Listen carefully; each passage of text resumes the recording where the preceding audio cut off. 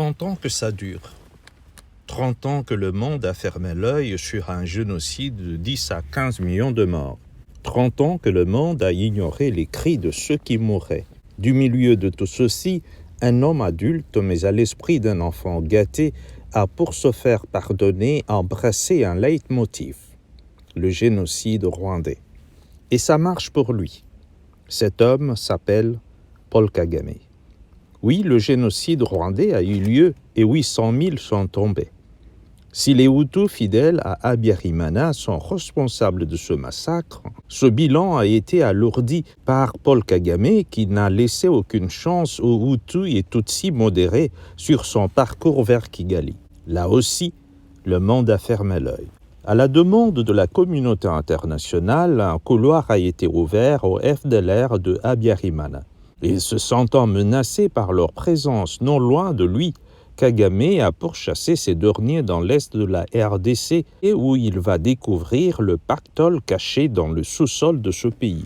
À la manière de grands mafiosi, Kagame forme des groupes armés, met des Congolais à leur tête, dont le plus grand est le M23. Dans les villages conquis, les enfants mineurs sont exploités dans les mines de ressources minières. Depuis 1994, ces groupes sèment la terreur et la mort.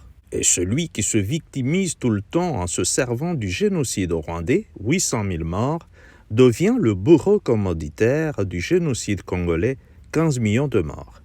Mais pourquoi le monde ferme l'œil? La réponse est simple. Ces wrestlers le protègent.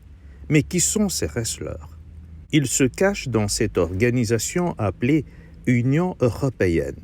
Ainsi donc, la RDC est aujourd'hui en guerre contre le Rwanda soutenu par 27 pays d'Europe qui composent l'Union européenne. Il n'y a pas longtemps, pince sans rire, ils ont poussé leur indifférence très loin en plébiscitant le premier producteur mondial du coltan.